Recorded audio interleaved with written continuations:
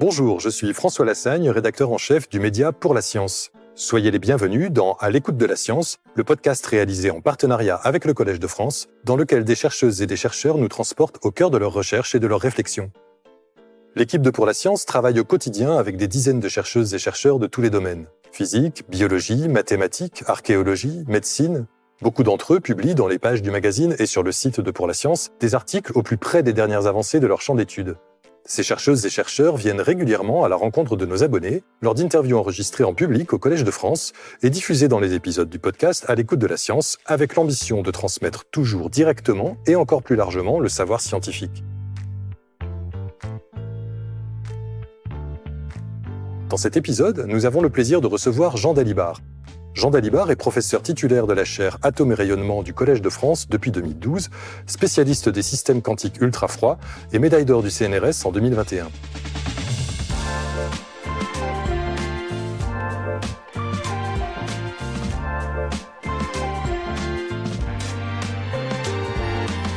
Jean Dalibard nous fait l'honneur de bien vouloir répondre ce soir en public à nos questions. Cher professeur Dalibard, cher Sean, c'est à vous. Bonjour Jean Dalibard, merci de nous accorder ce moment. Et avant de commencer, je voulais d'abord signaler un livre que vous venez de publier aux éditions du CNRS, Piéger les atomes, qui est un livre qui est très très clair, qui est passionnant aussi. Et donc, en introduction, je voudrais rappeler que cette année, 2025, on fête les 100 ans de la mécanique quantique avec comme référence, parmi tant d'autres, l'article de Werner Heisenberg de 1925 avec la mécanique quantique matricielle. Donc en fait, avec ce papier-là, Heisenberg inaugure un petit peu la mathématisation de ce nouveau domaine de recherche, mais ce n'est pas le seul à travailler dessus. Il y a eu beaucoup d'événements, de résultats qui ont précédé ce résultat-là. Est-ce que vous pouvez nous présenter un petit peu cette époque et les travaux qui vont être essentiels et majeurs pour vos travaux dont vous allez nous parler tout de suite après ? Alors oui, si on parle de physique quantique, il s'est passé plein de choses autour de l'année 1925. Pour ce qui me concerne plus directement, donc l'interaction entre la lumière et la matière, il y a deux noms qui émergent. C'est Einstein d'abord. Einstein, il émerge tout le temps, donc c'est pas original de dire ça. Et puis de Broglie. Donc Einstein, je vous rappelle, en 1905, il comprend que la lumière qu'on pensait être décrite par un champ électromagnétique classique, c'était les équations de Maxwell, il comprend que la lumière est également, dans certains aspects, formée de corpuscules. En faisant ça, il généralise ou il améliore une hypothèse de Planck qui datait de l'année 1900. Donc ça, c'est en 1905. Et puis Einstein va approfondir cette idée de la lumière composée de corpuscules.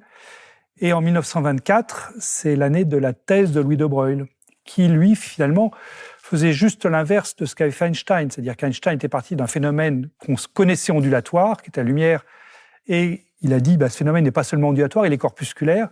De Broglie, lui, il est parti de la matière, dont on savait qu'elle était corpusculaire, et il a dit, elle n'est pas que corpusculaire, elle est également ondulatoire. De Broglie bouclait finalement un tableau, comme ça il y avait la correspondance onde-corpuscule, à la fois au niveau de la lumière et de la matière. Et les deux sont essentiels pour nous, puisqu'on manipule de la matière, on la rend ultra froide, ce qui veut dire qu'on va finalement exacerber ses propriétés ondulatoires, et on le fait avec de la lumière laser, donc pour lequel les photons jouent un rôle absolument essentiel. Donc effectivement, ce que dit Louis de Broglie, et par ses équations qui sont relativement simples, c'est que pour manifester des phénomènes quantiques, il y a deux approches. On peut regarder des particules qui vont être très légères, ou alors regarder des particules qui ont une vitesse très très faible. Et qui dit vitesse très très faible dit en fait refroidir le système. Et donc comment on fait pour refroidir un gaz d'atome, par exemple ? Oui, au hasard. Alors, le refroidissement d'atomes par laser, c'est vraiment quelque chose de paradoxal. Il y a deux paradoxes en fait dedans. Le premier paradoxe, c'est la manière qu'on utilise pour refroidir ces gaz, c'est utiliser de la lumière. Donc, on va les éclairer, ces gaz qui au départ sont à température ambiante, à 300 Kelvin, on va les éclairer avec des faisceaux laser, et on pourrait se dire, la lumière, ça chauffe, ça va pas marcher. En fait, je vais vous dire dans un instant que ça marche. Puis l'autre paradoxe, c'est que finalement, on abaisse considérablement la température. On pourrait se dire que si tout est très froid, plus rien ne bouge, c'est pas intéressant. Et en fait, c'est intéressant parce que De Broglie est passé par là et nous dit qu'en fait, il y a une onde associée à ces particules. Et comme vous le dites, plus les particules sont lentes, plus la longueur d'onde est grande, parce que la longueur d'onde est inversement proportionnelle à la vitesse. Et donc, puis ils deviennent très quantiques, finalement, ces gaz. Donc, comment est-ce qu'on fait pour refroidir, en pratique? Donc, on éclaire les atomes avec de la lumière, donc une lumière laser, avec une fréquence très bien choisie.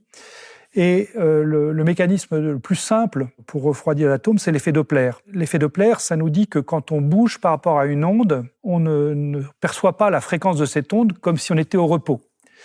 Moi, l'exemple que j'aime bien donner, c'est le bruit d'une voiture de course qui passe devant vous, c'est quelque chose du type « nion ». C'est un son aigu quand elle s'approche de vous, puis un son plus grave quand elle s'éloigne. Et il se passe donc la même chose avec l'atome qui bouge par rapport à un faisceau lumineux. Quand l'atome va dans la direction du faisceau lumineux, eh bien, il voit avec une fréquence élevée. Et en revanche, quand sa vitesse va dans la même direction que le faisceau, eh bien, il voit avec une fréquence plus basse. Donc, si on se débrouille bien pour choisir la fréquence du laser un tout petit peu trop basse pour que l'atome au repos interagisse avec cette lumière, l'atome, quand il est au repos, il ne voit pas vraiment le faisceau lumineux, mais en revanche, quand il va se mettre à bouger, il va interagir beaucoup avec lui. Et si on prend soin d'envoyer des faisceaux laser dans toutes les directions de l'espace, donc plus x moins x, plus y moins y, plus z moins z, l'atome au repos, encore une fois, il ne ressent aucune force. Mais en revanche, si l'atome commence à bouger, disons vers la droite, il va voir le faisceau laser qui vient à sa rencontre près de sa résonance, donc il va absorber beaucoup de photons dans ce faisceau, et il va subir une force, qu'on appelle une force de pression de radiation, opposée à sa vitesse. Donc finalement, les atomes se retrouvent dans une situation où quand ils ne bougent pas, tout va bien, ils n'ont aucune force, mais dès qu'ils bougent, ils ressentent de la part du faisceau qui vient à sa rencontre, ils ressentent une force qui s'oppose à son mouvement. Donc on parle de mélasse optique, parce que finalement, l'atome, il est un peu comme une cuillère engluée dans un pot de miel. Si la cuillère est au repos, elle ne ressent aucune force, mais dès que vous essayez de la bouger, elle a une force de friction considérable. Et donc là, vous parlez beaucoup de laser. Oui. Donc l'essentiel de cette expérience, c'est des lasers. Donc on est à quelle époque là pour le développement de ces techniques-là? Oui, alors disons que l'essentiel pour ça, c'est d'avoir une fréquence lumineuse bien précise à une longueur d'onde bien précise. Je vous l'ai dit, il faut qu'on choisisse la fréquence du laser juste en dessous de la fréquence de résonance de l'atome pour que l'atome, quand il bouge, il ressente ce laser, la présence de ce laser. Donc il faut des lasers accordables, donc des lasers dont on peut choisir précisément la longueur d'onde. Alors, le laser, les premiers lasers ont été inventés dans les années 60, mais là, ils étaient à fréquence fixe, donc là, c'était pas très commode. Et c'est seulement dans les années 70 que les premiers lasers accordables sont apparus. Et donc, les premières propositions réalistes datent des années 75. Donc, on fête encore un anniversaire, 50 ans. Et c'est à peu près à cette époque-là que vous êtes jeune étudiant. Oui, je suis arrivé 5 ans après, en 80. Voilà, oui. À l'époque, c'était encore des idées un peu farfelues, c'est-à-dire que tout le monde ne travaillait pas là-dessus, loin de là. Il y avait une proposition théorique, on se disait oui, peut-être ça marchera un jour. Et Claude Cantanucci m'a proposé de travailler là-dessus quand j'ai débarqué dans son groupe de recherche.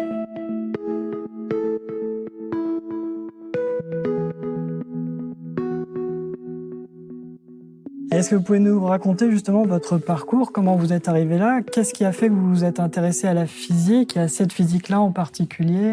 Oui, alors j'étais jeune élève à l'école normale et comme pour beaucoup d'entre nous, c'est les rencontres avec les gens qui décident. Moi, j'ai eu des cours de Claude Cantanucci dans ce qu'on appelait à l'époque le DEA et c'était un émerveillement. Donc je suis allé taper à sa porte en disant « Vous n'auriez pas envie de prendre un étudiant en thèse ?» Et il m'a dit oui, donc j'étais très content. Il m'a proposé un sujet qui était intéressant, qui n'était pas encore le refroidissement atome par laser, mais c'est un sujet théorique, mais qui avait une composante possiblement expérimentale. Mais cette composante expérimentale, on ne pouvait pas la faire à l'école normale, on pouvait la faire avec un jeune physicien qui travaillait à l'Institut d'optique et qui avait justement un temps de libre sur son montage, c'était Alain Aspect, qui n'avait pas encore fait sa manip de violation des dictées de Bell, parce qu'il lui manquait encore un laser, mais néanmoins, il avait déjà un laser et on pouvait faire une des expériences qu'on avait prédites, si je puis dire, avec Cantanucci et puis Serge Reynaud. Donc on est allé travailler sur le montage d'Alain Aspect pour faire un article sur ce qu'on appelle la fluorescence de résonance. Et puis ensuite, à la fin de l'école normale, je devais faire mon service militaire. Et Alain Aspect pouvait prendre ce qu'on appelait un scientifique du contingent, qui était donc quelqu'un qui faisait le service militaire, mais dans un laboratoire civil. Et donc, qui m'a pris, et c'est comme ça que j'ai eu la chance de défendre ma patrie en violant les étiquettes de Bell, donc en faisant la manip qui l'a emmené à Stockholm il n'y a pas longtemps. Voilà, j'ai eu beaucoup de chance parce que j'ai démarré avec Claude, avec Alain, et puis également avec Bill Phillips, qui a aussi eu le prix Nobel avec Cohen en 97. Donc j'avais 3 bonnes fées sur mon perso.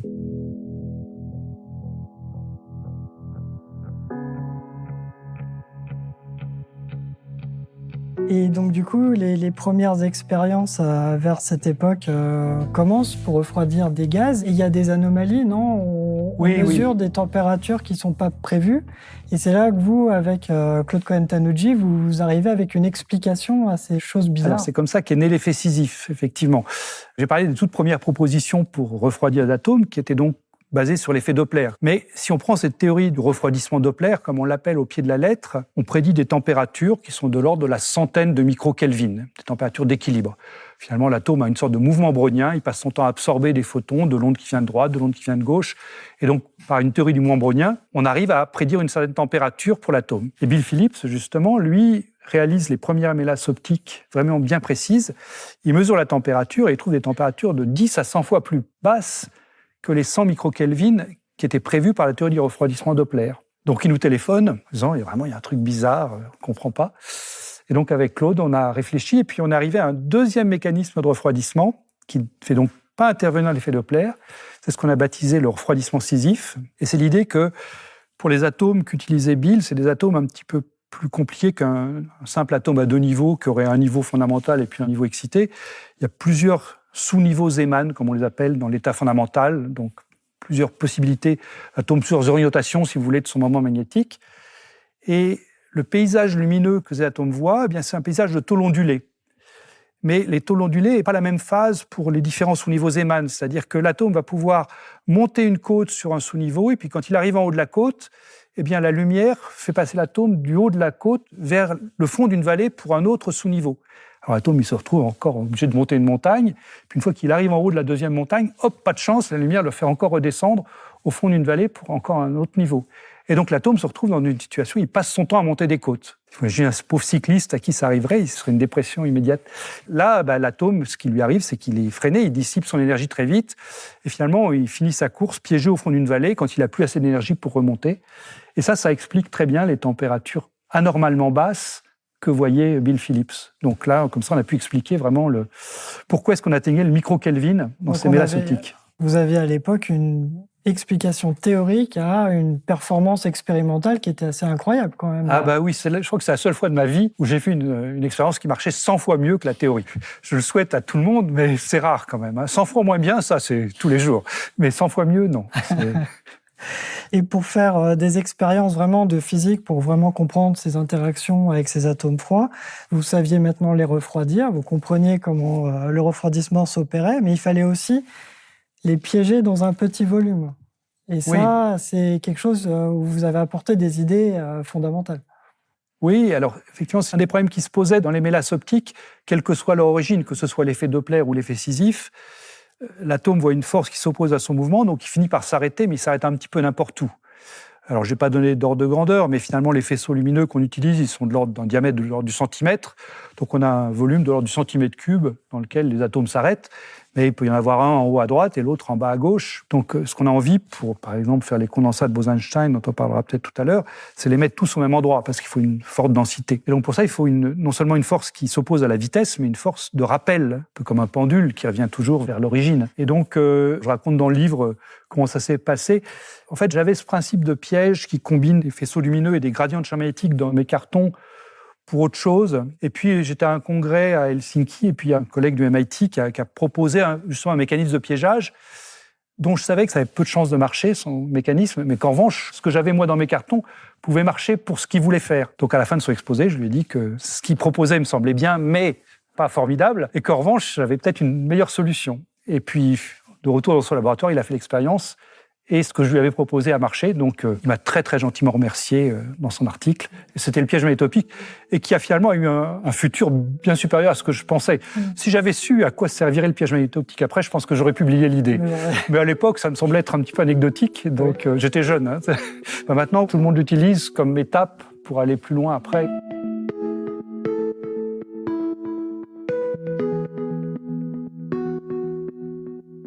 Vous savez refroidir le gaz, vous savez le piéger dans un petit volume. Donc maintenant, ce qui intéresse tous les physiciens, c'est les expériences, tester les lois de la physique et de la mécanique quantique.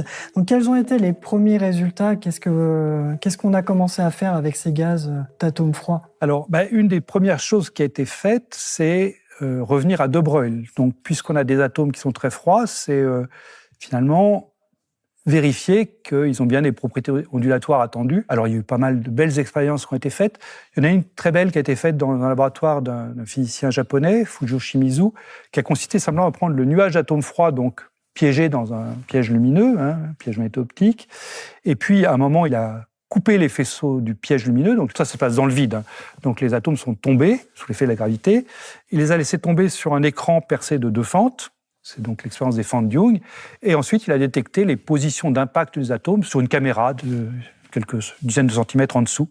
Et il a vu des magnifiques franges d'interférence qui révélaient donc directement le fait que les atomes avaient une onde qui leur était associée et la valeur de l'interfrange était bien en accord avec ce qu'on pouvait calculer. Et donc ça, c'était le démarrage de l'interférométrie atomique qui maintenant est très utilisé parce que le phénomène d'interférence, qui révèle le fait qu'il y a une onde associée à ces particules, c'est quelque chose qui est très sensible. Si vous avez quelque chose qui déphase un des bras de l'interféromètre par rapport à l'autre, puis aussitôt, vous allez voir les franges d'interférence se déplacer par rapport à ce qu'elles étaient avant. C'est-à-dire que l'endroit où les interférences sont constructives dépend de la phase qui est accumulée sur chacun des chemins qui interfèrent.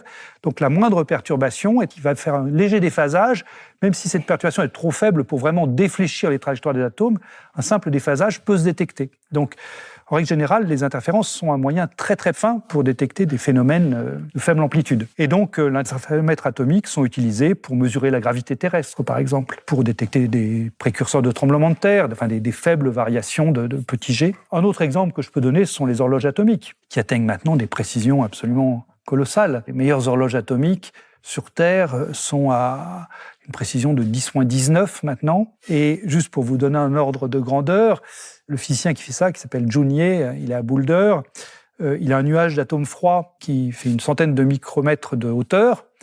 Eh bien, avec une pression de 10-19, il peut vérifier un effet prédit par Einstein, qui est que le temps ne s'écoule pas à la même vitesse selon votre position dans le champ de pesanteur.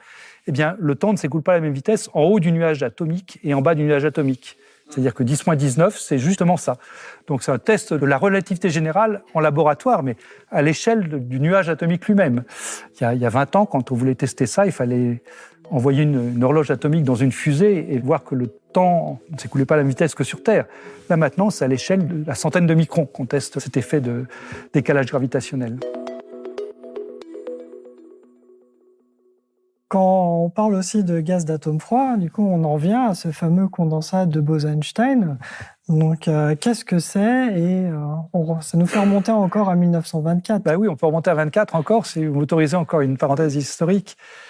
Donc, en 24, il y a un jeune physicien bengali, Bose, qui avait déjà publié quelques articles, mais là, il avait un manuscrit qu'il n'arrivait pas à faire publier. Ce manuscrit portait sur une nouvelle manière de comprendre le rayonnement du corps noir, un gaz de lumière à une certaine température. Il avait inventé une nouvelle manière de compter les états de ce rayonnement. Et donc, comme il n'arrivait pas à publier son article, en désespoir de cause, il a envoyé son manuscrit à Einstein. Einstein a été vraiment impressionné par le travail de Bose. Et là, il a fait quelque chose d'admirable. Il a décidé de traduire de l'anglais à l'allemand le travail de Bose. Il a fait publier le travail de Bose en allemand, donc, en ajoutant une note du traducteur, signée par Albert Einstein. Et dans cette note, Einstein dit « Le travail de Bose est très très bien. Je vais, dans un article suivant, le généraliser au cas de particules matérielles. » Et ensuite, arrive l'article signé par Einstein seulement, où il reprend la manière de dénombrer les états qu'avait inventé Bose. Il l'applique à un gaz d'atomes. Effectivement, Einstein généralise la matière de compter les différents états accessibles pour un gaz, en passant d'un gaz de photons à un gaz d'atomes, en utilisant au passage la thèse de Louis de Broglie. Et en faisant ça, il découvre un phénomène qu'on appelle donc maintenant condensation de Bose-Einstein, même si c'est Einstein vraiment qui l'a prédit, qui est la chose suivante, c'est que avec cette nouvelle manière de compter qui prend en compte l'indiscernabilité des particules, le fait que deux atomes sont rigoureusement identiques l'un avec l'autre. Si je prends deux atomes de césium ou deux atomes d'hydrogène, ils sont indiscernables. Eh bien, ce que prédit Einstein, c'est une transition de phase. C'est-à-dire que quand le gaz devient assez dense ou assez froid, ce qui compte, c'est ce qu'on appelle la densité dans l'espace des phases, c'est donc une combinaison de la densité spatiale et de la température, eh bien, la transition de phase qui se produit, c'est qu'une fraction macroscopique des particules doit s'accumuler dans un seul et même état accessible pour les atomes, donc ce qui est en général l'état fondamental de la boîte qui contient les atomes. Toute proportion gardée, c'est un peu l'équivalent du laser, où vous avez tous les photons qui sont émis par le laser qui occupent le même état. Si j'ai un pointeur laser vert, eh bien, tous les photons sont verts et ils vont tous dans la même direction. Eh bien là, ce que prédit Einstein, c'est une fraction très significative des atomes partagent le même état, sont tous dans le même état. Et ça, c'est à condition d'avoir une densité assez grande et une température assez basse. Et c'est là que nos gaz refroidis par la lumière arrivent, c'est que sont des bons candidats pour voir ça. Et du coup, c'est des systèmes purement quantiques, presque macroscopiques. Et du coup, vous allez faire des expériences dessus pour voir certaines de ces propriétés. En particulier, vous allez mettre vos condensats de Bose-Einstein en rotation. Voilà. Alors, je dois quand même prendre des précautions. Les condensats de Bose-Einstein qu'on a vus avec nos atomes, c'est pas vraiment la première manifestation de la physique quantique macroscopique. Au moment où Einstein a fait sa prédiction, on savait qu'il y avait déjà les métaux qui pouvaient être supraconducteurs. On ne comprenait pas du tout ce qui se passait, mais on savait que l'électricité pouvait s'écouler sans dissipation dans ces matériaux. Et ça, on a compris après que c'était un phénomène apparenté à la condensation de Bose-Einstein. Mais avec nos atomes, eh bien, on réalise un modèle qui est très proche du modèle d'Einstein. C'est-à-dire que les particules interagissent peu entre elles. C'est pas un liquide, c'est pas des électrons dans un solide, c'est un gaz. Donc, on coche toutes les hypothèses du travail d'Einstein. Et effectivement, si on veut révéler cette mise en phase de toutes les particules, le fait qu'elles occupent toutes le même état quantique, eh bien, une bonne manière de le faire, c'est d'essayer de faire tourner ce fluide. Et ce qu'on a observé, c'est que quand on prend un condensat de Bose-Einstein, donc dans un piège lumineux, on le fait tourner. Donc, on prend là encore une fois un faisceau lumineux. On agite ce condensat en faisant tourner le faisceau lumineux. Et ce qu'on voit, c'est que si on ne tourne pas assez vite, le condensat il refuse de bouger, il reste complètement au repos. Et puis au-dessus d'un certain seuil de vitesse de rotation, il va accepter de se mettre en mouvement, mais d'une manière bien particulière. Il va y avoir des tourbillons quantiques qui vont apparaître, tous identiques, c'est-à-dire des trous de densité qui vont s'organiser en faisant un magnifique réseau régulier, réseau triangulaire. Et puis c'est la manière qu'a un condensat pour se mettre en mouvement, pour acquérir du moment cinétique. C'est avec ces tourbillons quantiques qui s'arrangent. Donc quand ça tourne, ce sont des trous, des tourbillons quantiques. Voilà. Et quand on a vu ça, on était très heureux. Et du coup, vous l'avez vu comment exactement ça se matérialise On peut prendre des photos de ces condensats, c'est-à-dire qu'en utilisant là encore une fois un laser, on éclaire les atomes avec de la lumière que les atomes absorbent. Donc on choisit notre couleur pour que cette lumière soit absorbée par les atomes. Donc on envoie un faisceau lumineux, les atomes absorbent de la lumière, donc ils créent une ombre, si vous voulez, sur le faisceau lumineux, et on fait l'image de cette ombre sur une caméra. Et donc, comme ça, on prend une photo de la densité atomique sur le chemin parcouru par le laser. Et voilà, et comme ça, on voit très bien les trous. C'est très joli.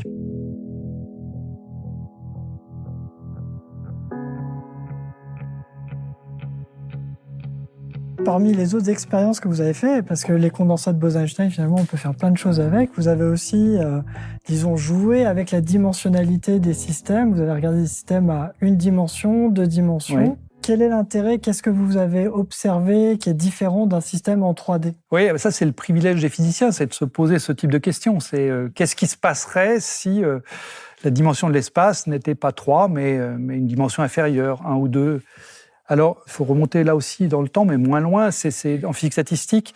Ce qu'on savait, c'est que si on était en dimension réduite, en fait, les transitions de phase qu'on connaît bien à 3 dimensions ne devraient pas se produire. Transition de phase, j'ai parlé de la condensation de Bose-Einstein, mais ça peut être aussi l'eau qui gèle en dessous de 0 degrés Celsius. Cette transition de phase, c'est finalement passer d'un état désordonné, qui est le liquide, à un état ordonné, qui est le cristal de glace. Eh bien ça marche à 3 dimensions, parce qu'à 3 dimensions, vous avez beaucoup de voisins. Donc, à suffisamment basse température, l'agitation thermique n'est pas suffisante pour empêcher l'ordre, et le cristal apparaît, parce que si un atome a envie de bouger trop, il a des voisins un peu partout qui lui disent « Non, toi, tu restes là ». Ça crée l'ordre cristallin. Si vous descendez la dimensionnalité, si vous passez à 2D ou encore plus à 1D, là, vous avez beaucoup moins de voisins, et donc on sait que l'ordre cristallin, par exemple, ne peut pas exister à 1D ou à 2D si la température est non nulle. Mais néanmoins, dans les années 73, il y a 2 physiciens, Kosterlitz-Thouless, qui ont eu le prix Nobel il n'y a pas longtemps, en 2016, je crois, qui ont prédit un autre type de transition de phase, qui n'était pas en allant du désordre à l'ordre, mais qui était en allant d'un désordre complet à un désordre moins grand, si je puis dire. Et donc ça aussi, c'était des choses qui étaient intéressantes à étudier. Et donc nous, on a pris la condensation de Bose-Einstein comme exemple, et on a montré qu'elle ne se produisait pas effectivement à 2D, mais qu'il y avait néanmoins un ordre qui continuait à exister, enfin un désordre faible, on va l'appeler comme ça, un désordre à la Kosterlitz-Thouless qu'on a vu. Alors là encore, ça met en jeu des tourbillons d'une manière un peu différente de ce que je décrivais tout à l'heure. Mais c'était là aussi un bon moment de ma vie de chercheur, la mise en évidence de ces transitions. Un beau résultat qui est quand même du côté plutôt théorique, mais du coup, les gaz d'atomes froids aussi ont des applications. Si on parle beaucoup aujourd'hui d'ordinateurs quantiques, mais quand on parle plutôt de gaz d'atomes froids, c'est plutôt des simulateurs quantiques. Qu'est-ce qu'un simulateur quantique ? Un simulateur quantique, c'est quelque chose qui simule. Alors, qu'est-ce que ça veut dire simuler ? L'exemple que j'aime bien prendre, ce sont les horloges astronomiques. Il y en a en France, à Strasbourg, il y en a une magnifique. C'est des objets qui ont été construits entre, disons, l'an 1000 et 1500 à peu près, à un moment où on ne savait pas du tout calculer les trajectoires des planètes ou des comètes.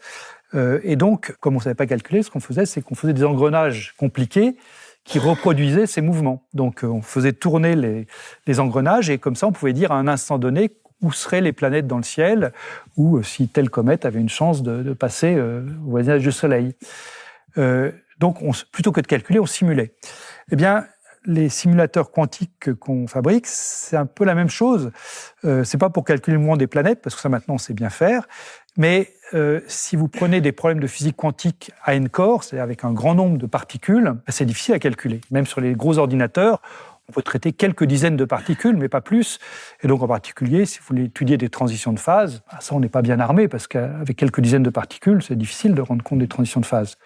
Donc, on a des méthodes approchées, bien sûr, mais ces méthodes approchées, il faut les valider. Et un bon moyen de les valider, c'est de simuler le système que vous voulez étudier. Ça peut, par exemple, être des électrons qui bougent dans un potentiel cristallin, remplacer le cristal par un potentiel périodique créé par de la lumière, remplacer les électrons par des atomes, et pourvu que les paramètres sans dimension qui caractérisent le système d'électrons dans le cristal soient les mêmes, eh bien, on sait que les lois de la physique vont s'appliquer de manière égale. Donc, on va pouvoir, avec nos atomes, simuler le mouvement des électrons, éventuellement changer des paramètres qu'on ne saurait pas changer sur le gaz d'électrons, et comme ça, valider les approches théoriques approchées qu'on fait pour décrire le système initial. Donc les simulateurs quantiques, ce sont des plateformes, si vous voulez, dont on sait qu'elles sont régies par les mêmes équations de base qu'un système qui nous intéresse, encore une fois, le gaz d'électrons dans son solide, mais qu'on ne sait pas bien résoudre le gaz d'électrons. Donc on le simule plutôt que de le calculer, ou en tout cas on valide des méthodes de calcul sur notre système atomique. Donc c'est ça un simulateur quantique. C'est finalement un moyen, un calculateur analogique qu'on se construit sur mesure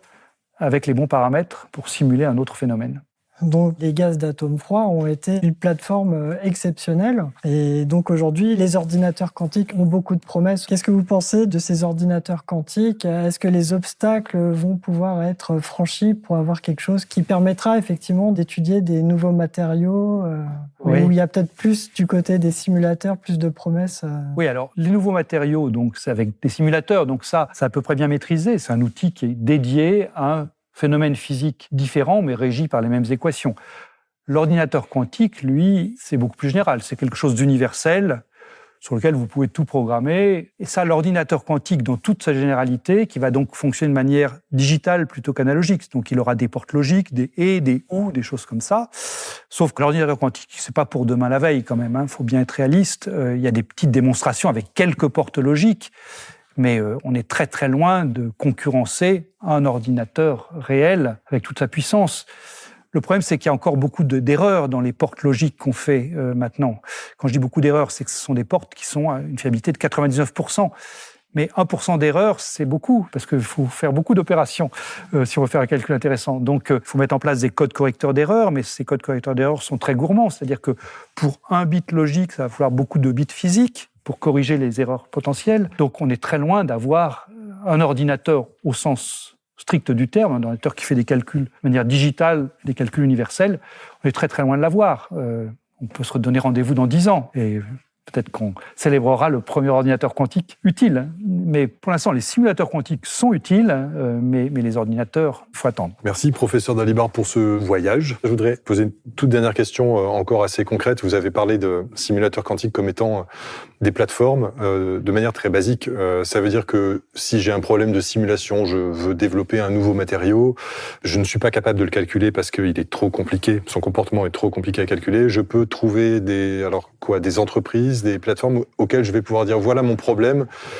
Est-ce que vous pouvez le simuler sur votre système réel concret ? Est-ce que c'est aussi simple que ça ou est-ce que ça marche seulement dans certains cas ? Ça ressemble à quoi ces plateformes ? Non, mais voilà, pour l'instant, ça marche seulement dans certains cas. Donc, des structures cristallines très simples, des réseaux carrés ou triangulaires, très simples à décrire, hein, difficile à calculer, mais simple à décrire. On sera en mesure, bientôt en mesure, de répondre à votre question. Est-ce que ce matériau sera conducteur, sera isolant? Est-ce qu'il y aura des phases supraconductrices selon le dopage que vous allez mettre? Voilà. C'est le genre de questions auxquelles on est capable de répondre. Si vous me dites j'ai un alliage très compliqué avec 10 sortes d'atomes différents, avec un réseau octaédrique ou je ne sais pas quoi, là, on n'en est pas là non plus. D'accord. C'est plutôt des réseaux plans pour l'instant, et ça suffit à notre bonheur. Je vais vous proposer une première question transverse. Je vous demande quelle est l'idée à laquelle il faut renoncer. Oui, alors, quand j'ai vu cette possibilité de question, je me suis dit que c'était une perche intéressante pour un physicien quantique parce que, comme on célèbre le centenaire de la physique quantique, on peut se dire quelle est l'idée principale de la physique quantique par rapport à la physique classique. Et je pense que l'idée à laquelle il faut renoncer en physique quantique, c'est le déterminisme. Et ça, c'est vraiment un pas colossal dans l'histoire de la physique, dans l'histoire des sciences en général. C'est que je crois que depuis que la physique existe, on pensait en termes de déterminisme. C'est-à-dire, on pensait toujours que si on précise assez bien les conditions initiales de n'importe quel phénomène, eh bien, on arrivera à prédire la suite. Eh bien, la physique quantique est arrivée, elle a dit non, tout n'est pas déterministe. Il y a un déterminisme fondamental. C'est pas comme en physique statistique de Boltzmann, où l'indéterminisme c'est juste là parce qu'on n'est pas capable de tout calculer. Donc on dit, on va plutôt faire des moyennes. Là, c'est vraiment, j'ai un atome, je l'envoie sur un écran percé de 2 fentes. Si je vois des franges d'interférence, eh bien c'est que l'atome, à un moment donné, il est dans une superposition de passer à gauche et à droite, et je ne peux pas prédire si ce sera gauche ou droite si jamais je mets des détecteurs derrière. C'est vraiment une superposition des deux. Et si j'étais capable de prédire à l'avance si ce sera gauche ou droite, eh bien toute la physique quantique s'effondrerait. Voilà, on aurait vraiment des gros problèmes avec la physique quantique. Donc l'indéterminisme est essentiel en physique quantique. Donc une idée à laquelle il faut renoncer, c'est le déterminisme. Et ça, c'est un pas considérable dans l'histoire de la pensée, enfin dans l'histoire des sciences, mais l'histoire de la pensée en général. J'ai envie de prolonger la question. Est-ce que c'est un renoncement qui est acquis chez les physiciens ou qui est encore difficile au fond de soi à accepter, ou bien c'est fait? C'est-à-dire que les physiciens ont renoncé à ça et c'est plutôt du côté des non-professionnels de la science qu'on a eu l'habitude de dire voilà, il y a le déterminisme scientifique et donc c'est un problème de vulgarisation si on veut, ou c'est un problème plus profond que ça? Je pense que c'est accepté du côté des physiciens, enfin tous ceux qui pratiquent la physique quantique. On sait que si jamais quelqu'un un jour arrivait et est capable de dire je vais vous dire d'avance si l'atome sera à gauche ou à droite, ou alors vous envoyez un photon sur un miroir semi-transparent, je suis capable de vous dire d'avance si le photon sera transmis ou réfléchi, à ce moment-là, tout l'édifice quantique s'effondrerait. Donc, il faut toujours être prêt à ça. À la limite, ça créerait plein d'emplois, ce serait formidable. Mais il faudrait reconstruire une théorie à partir de zéro. Donc, voilà. Donc, du côté des physiciens, je pense que c'est accepté. En revanche, je pense que c'est une idée qui n'a pas diffusé autant qu'elle le pourrait dans le public. Et je crois que c'est important de la mettre en avant. Parce que, encore une fois, sur le plan de la philosophie, c'est quand même quelque chose d'essentiel. Vous avez parlé de miroir. Je vais vous poser une question qui est un peu la miroir de la précédente. Est-ce qu'il y a un concept ou une notion scientifique qui, à votre sens, mériterait d'être bien mieux connu des scientifiques, sans doute peut-être, et puis plus généralement du public? Je pense qu'on gagnerait tous beaucoup si les probabilités étaient mieux enseignées. Si les gens comprenaient ce que veut dire une probabilité. Quand est-ce que j'ai une espérance de gain qui est significative? Voilà. Et je pense que ça, c'est quelque chose c'est subtil, les probabilités. Tirage à pile ou face, on prend tous une chance sur 2. Mais dès qu'on commence à avoir des faux positifs et des faux négatifs dans des tests, on a vite fait de dire des bêtises. Mais néanmoins, je pense qu'on gagnerait beaucoup à ce que les probabilités soient enseignées dès le plus jeune âge, proportion gardée. Mais on pourrait en faire, je pense, dès le collège, des probabilités. Vous voyez, je ne plaide pas pour ma chapelle. Ce sont des mathématiques que je mets en avant. Mais je crois que si on connaissait la théorie des probabilités, oui, on gagnerait à l'évaluation des risques et ces choses-là. Ça éviterait de dire des bêtises. Une question plus joyeuse, moins problématique peut-être. Qu'est-ce qui vous rend optimiste? Ah oui, cette question-là. Je me suis dit qu'elle serait quand même beaucoup plus facile si vous m'aviez demandé qu'est-ce qui me rend pessimiste. Parce que là, ça, je vous sortais une longue liste, surtout en ce moment. Qu'est-ce qui me rend optimiste? Alors, j'ai envie de dire, quand je regarde mes petits-enfants, voilà, j'ai plusieurs petits-enfants, j'en ai 6. En particulier, j'ai 2 petites filles qui sont adolescentes maintenant. Et finalement, leur attitude face aux problèmes qui s'annoncent me semble très saine. Et n'en veulent pas trop à leurs grands-parents de leur avoir laissé un monde dans l'état dans lequel il est. Néanmoins, elles sont conscientes qu'il va falloir qu'elles fassent des choses qui ne seront pas faciles à faire. Voilà, on se représente souvent les ados comme étant penchés sur TikTok 8 heures par jour, sans regarder autre chose. En fait, je trouve qu'ils sont loin d'être aussi polarisés sur leur smartphone que ça. Et je trouve qu'ils comprennent beaucoup de choses.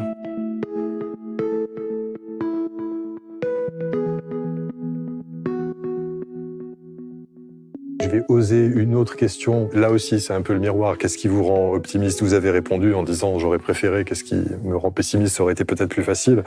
Mais vous avez quand même trouvé. Alors quand même, est-ce qu'il y a dans votre pratique, dans votre domaine ou dans la science en général, quelque chose qui vous agace et dont vous vous dites « ça quand même, il faudrait arrêter, c'est plus possible ça ». Est-ce qu'il y a quelque chose de ce genre-là? Alors je vais taper sur certains de mes collègues. Je trouve qu'il y a beaucoup de collègues en physique quantique qui parlent de magie quantique.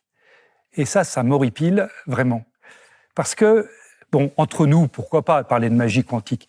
Mais quand on met le mot magie devant un public qui n'est pas un public de chercheurs, ça sous-entend des choses magiques, des choses non rationnelles. Or, la physique quantique est complètement rationnelle. Elle n'est pas déterministe, mais elle est rationnelle. Et donc, je trouve qu'il faudrait bannir le mot magie de tout discours propre à la science, en général. Mais on entend rarement parler de magie biologique. En revanche, la magie quantique, j'ai beaucoup de collègues qui l'utilisent pour dire « Ah, c'est super, on fait des choses qu'on ne sait pas faire en physique classique. » Très bien, on est en dehors du champ d'application de la physique classique, donc on fait de la physique quantique. Mais ça n'a rien de magique, voilà. Parce que parfois, moi, j'ai des gens qui viennent me voir, qui me disent « Alors, j'ai lu qu'avec quand je fais une mesure, je peux influer sur vous. » Donc, j'ai des artistes qui sont venus me voir en disant « Est-ce que je peux influer sur l'esprit du public en faisant ceci ?»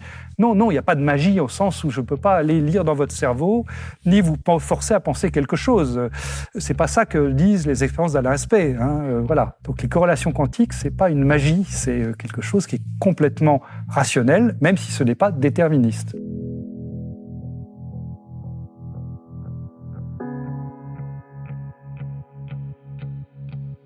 Est-ce qu'il y a des œuvres, un livre, un film que vous avez envie de recommander liés à la physique quantique qui, effectivement, dans les œuvres de l'imaginaire, ouvrent beaucoup de portes, parfois de manière fondée et parfois de manière complètement farfelue?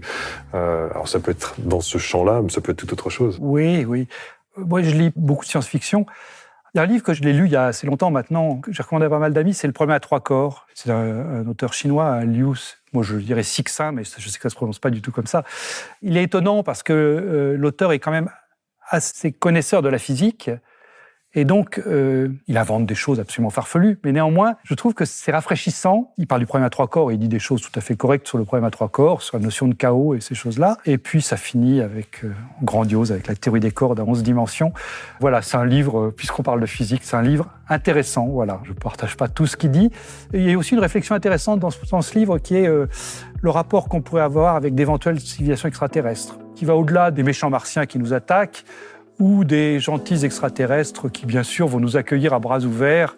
Voilà, je trouve que c'est une réflexion là-dessus qui est intéressante. Merci pour cette recommandation. Je vais laisser la parole à nos abonnés pour d'autres questions. Est-ce que n'importe quel élément peut donner un condensat de Bose-Einstein, ou bien y a-t-il une difficulté technique propre à certains éléments? Alors, j'aurais dû dire que les condensats de Bose-Einstein étaient pour des particules qu'on appelle des bosons, qui sont des particules de spin entier. Le spin d'une particule, c'est son moment cinétique intrinsèque, qui peut être entier ou demi-entier. Donc, si vous prenez une particule de spin entier, a priori, vous pouvez faire un condensat de Bose-Einstein. Si vous prenez une particule de spin demi-entier, ce sera plus difficile. Pas impossible, mais il faudra d'abord l'assembler sous forme de molécules, et après, les molécules, elles, pourront former un condensat. Maintenant, est-ce qu'il y a des problèmes techniques? Je dirais que le seul problème technique, c'est est-ce que vous avez dans vos fabricants de lasers, est-ce que vous en avez un qui vous fournit un laser à la bonne longueur d'onde pour refroidir cet atome? Si oui, eh bien, vous pouvez faire une mélasse optique et puis vous devriez pouvoir en faire un condensat de Bose-Einstein après. Mais en règle générale, ce n'est pas toujours le cas que vous allez trouver un laser commercial à la bonne longueur d'onde. Si vous prenez l'uranium, par exemple, ou des atomes avec beaucoup d'électrons, ils ont tendance à avoir leur raie de résonance dans l'ultraviolet lointain, et on n'a pas encore de laser ultraviolet ou de laser à rayons X. Donc ces atomes-là, on ne sait pas les manipuler pour l'instant. Donc je crois qu'il y a dans le tableau périodique maintenant une trentaine d'éléments qui ont été refroidis par laser. Donc une trentaine, ça en laisse encore beaucoup qui ne l'ont pas été. Mais c'est faute de sources lumineuses. Donc c'est un obstacle purement technologique. Et quand des nouveaux lasers se développent, il y a des nouveaux éléments qu'on peut manipuler.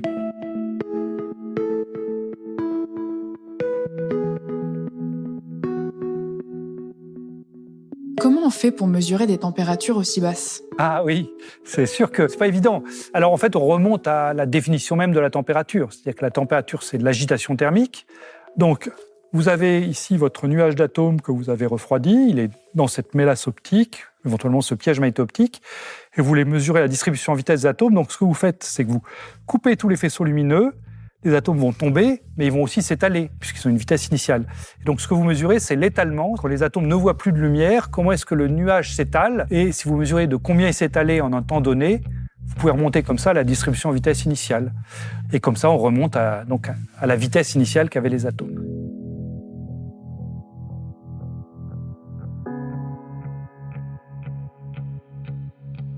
Est-ce qu'on réussit à faire la même chose avec les neutrons ou est-ce que c'est avec des particules chargées qu'on peut réussir à le faire ? Nous, ce sont des particules neutres.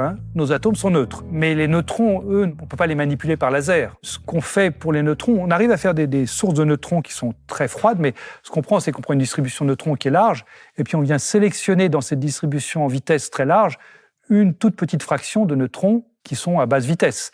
Mais là, c'est un filtrage. C'est pas un refroidissement. Un refroidissement, c'est prendre une distribution de vitesse très large et puis amener toutes les particules dans une classe de vitesse autour de V égale 0. Les neutrons, on se contente de filtrer, de ne garder que ce qui était d'emblée autour de V égale 0 et on élimine tout le reste. Parce que les neutrons, on ne sait pas les manipuler par laser, donc on ne sait pas les refroidir. J'ai très envie de prendre ces mots comme une conclusion. Merci beaucoup d'avoir pris ce temps avec nous. Merci. À l'issue de cette interview passionnante avec Jean Dalibard, il y a une idée qui m'a frappé, une idée qui a l'air toute simple comme ça, mais en fait qui est très, très contre-intuitive. C'est celle que la lumière, en fait, ne fait pas que chauffer. On peut se dire très naturellement que quand on reçoit les rayons du soleil, ça nous réchauffe et que donc n'importe quelle lumière aurait tendance à réchauffer les corps qu'elle touche. Et en fait, non. À condition d'employer des lasers d'une certaine manière, dans des laboratoires de physique, on arrive à refroidir la matière, refroidir les atomes grâce au laser. Alors, ce que nous a expliqué Jean Dalibard, c'est que ces lasers refroidissent des atomes piégés dans une enceinte où on a fait le vide. Et ce que font les lasers, en fait, c'est qu'à condition de bien choisir leur longueur d'onde, ils ralentissent les atomes. Or, plus une particule est lente, plus sa longueur d'onde associée est grande et plus elle est froide. Et les lasers, en exerçant une pression de radiation sur les atomes, en venant de toutes les directions, ils finissent par les immobiliser et les ralentir. Alors c'est amusant parce que cette technique de refroidissement des atomes, elle produit un mélange atomique qui porte un nom très amusant que nous a rappelé Jean Dalibard. Il s'agit d'une mélasse optique. Une mélasse parce que les atomes sont comme une cuillère engluée dans un pot de miel. Quand ils sont au milieu des lasers qui les immobilisent, ils ne peuvent plus bouger facilement. Il y a une phrase aussi que je garde en mémoire après cet entretien avec Jean Dalibard, c'est la première fois où j'ai fait une expérience qui marchait 100 fois mieux que la théorie. C'est rare parce que faire 100 fois moins bien, ça, c'est tous les jours. Alors si Jean Dalibard a prononcé cette phrase, c'est qu'il se souvenait d'un moment précis où un de ses collègues américains venait de mesurer une température 100 fois plus basse que les prévisions de la théorie connue à l'époque. Et c'était très étonnant et ça avait amené Jean Dalibard, avec Claude Cohen-Tannoudji, qui allait être le prix Nobel de physique en 97, à concevoir une théorie nouvelle, améliorée, une théorie qui allait réussir à expliquer pourquoi il avait été possible d'avoir cette température 100 fois plus basse que les prévisions. Et cette théorie, Jean Dalibard l'a appelée le refroidissement de Sisyphe. C'est très joli. Le refroidissement des atomes, dont Jean Dalibard nous a exposé tous les secrets, c'est pas seulement de la physique de très haut niveau, c'est aussi des moyens de faire des mesures extrêmement précises. Et donc, avec l'interférométrie atomique, on a compris qu'on peut mesurer la gravité terrestre de manière extrêmement précise. Et ces mesures nous aident à prévoir des tremblements de terre. Alors, Jean Dalibard a précisé ce qui permettait d'obtenir ces mesures de la gravité terrestre très précises. Ce sont des horloges atomiques précises jusqu'à 19 chiffres après la virgule. Alors, pour donner une idée de cette précision un peu différente, Jean Dalibard nous a expliqué que si on prenait des atomes éloignés en altitude de 100 micromètres avec des atomes en bas et des atomes en haut, on arrive à observer que le temps ne s'écoule pas à la même vitesse pour les atomes au sommet et ceux qui sont en bas. Ça, c'est en fait un test de la relativité générale à l'échelle d'un nuage d'atomes. Bien sûr, Jean Dalibard nous a aussi parlé des simulateurs quantiques et des ordinateurs quantiques. Alors, les simulateurs quantiques, c'est pas très connu, mais pourtant c'est absolument fascinant. Et c'est à la fois une technique absolument moderne d'aujourd'hui. C'est vraiment la physique la meilleure possible dont on dispose aujourd'hui. Mais c'est aussi une manière de faire qui nous rappelle des choses qu'on avait dès le 15e ou le 14e siècle. Et oui, Jean Dalibard nous a fait un parallèle hyper intéressant entre les simulateurs quantiques et les horloges astronomiques du 15e siècle. Ces mécanismes reproduisaient le mouvement des planètes parce que on ne savait pas calculer ces mouvements, c'était trop compliqué. Les simulateurs quantiques d'aujourd'hui, au XXIe siècle, c'est la même idée. Ils simulent le comportement de particules, d'électrons, dont le calcul qu'il faudrait mener pour comprendre leurs propriétés quantiques est beaucoup trop difficile à faire. Donc les simulateurs quantiques, c'est en fait la même idée que les horloges astronomiques du XVe siècle.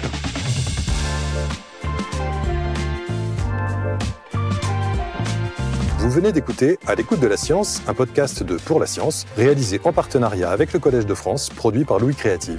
Merci au professeur Jean Dalibard d'avoir pris le temps de partager sa passion et ses connaissances. Merci au Collège de France et à David Adjemian de nous avoir accueillis. Merci aux abonnés de Pour la Science d'être venus nombreux. Merci à Gautam Shukla et Marion Girard pour la réalisation et la production de cet épisode. À l'écoute de la science, c'est à retrouver sur toutes les plateformes d'écoute. Vous pouvez nous laisser des étoiles, des commentaires et surtout en parler autour de vous.